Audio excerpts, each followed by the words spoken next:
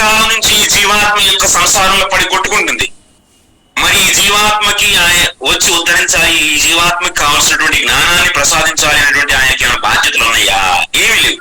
మరి బాధ్యత లేనప్పటికీ ఏదైనా ఒక విషయం చేస్తే, ఒక సహాయం చేసి దాన్ని ఏమంటారు?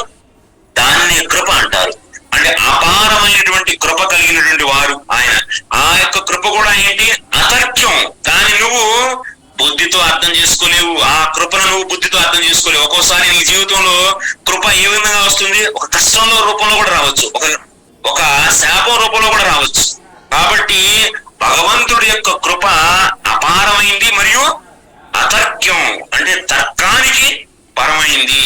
కాబట్టి భక్తుడైనటువంటి వాడు ఒక్కసారి భగవంతుడు శరణాగతుడైతే అతని జీవితంలో ఏది జరిగినా భగవంతుడి యొక్క కృపే అని చెప్పి తీసుకోవాలి. ఒక్కోసారి నీకు అర్థమే కాదు, ఇలా ఎందుకు జరుగుతుంది నా జీవితంలో అని. ఎప్పుడైతే నీకు అందుకోసమే ఏదైనా సరే, ఏ అర్థమైనా అర్థం కాకపోయినా, ఎవరైతే ప్రతిదీ ఆ యొక్క భగవంతుడి కృపే అని చెప్పి భగవంతుడి పైన శ్రద్ధని విశ్వాసాన్ని ఎవరైతే కోల్పోరో వాళ్లే స్థిరమైన భక్తులు. ఆ విధంగా అపారమైనటువంటి మనం కృపని కలిగినటువంటి ఆయన ఏంటి, తన యొక్క ఏం చేశారు ఆయన? సో ఆయన యొక్క దివ్య రూపం ఎవరికైనా మనకి గోచరం అవుతుందా? ఈ యొక్క మాంసమైనటువంటి ఈ యొక్క చక్షువులకి ఆయన యొక్క దివ్య స్వరూపాన్ని చూడగలిగే శక్తి ఉందా? లేదు. సో లేనప్పటికీ మన యొక్క చక్షువులలో ఆ శక్తి లేనప్పటికీ స్వయంగా భగవంతుడు తన యొక్క కృప ద్వారా అందరికి సకల లోచన గోచరీకృత, మన యొక్క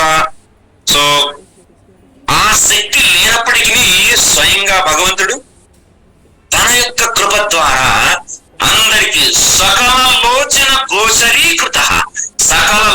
గోచరీకృతం అంటే అందరి యొక్క కళ్ళకి తన యొక్క రూపాన్ని దర్శించుకునేటువంటి భాగ్యాన్ని కలిగిస్తున్నారు. శ్రీకృష్ణ భగవానుడు అవతరించినప్పుడు ఆయన అందరూ చూడగలుగుతున్నారు లేదా? దుర్యోధనుడు కూడా చూడగలుగుతున్నాడు లేదా? దుర్యోధనుడికి ఏం భక్తి ఉంది? ఏమైనా భక్తి ఉంది? అతని దగ్గర ఏమి భక్తి లేదు. ఆయన చూడగలిగాడా లేదా?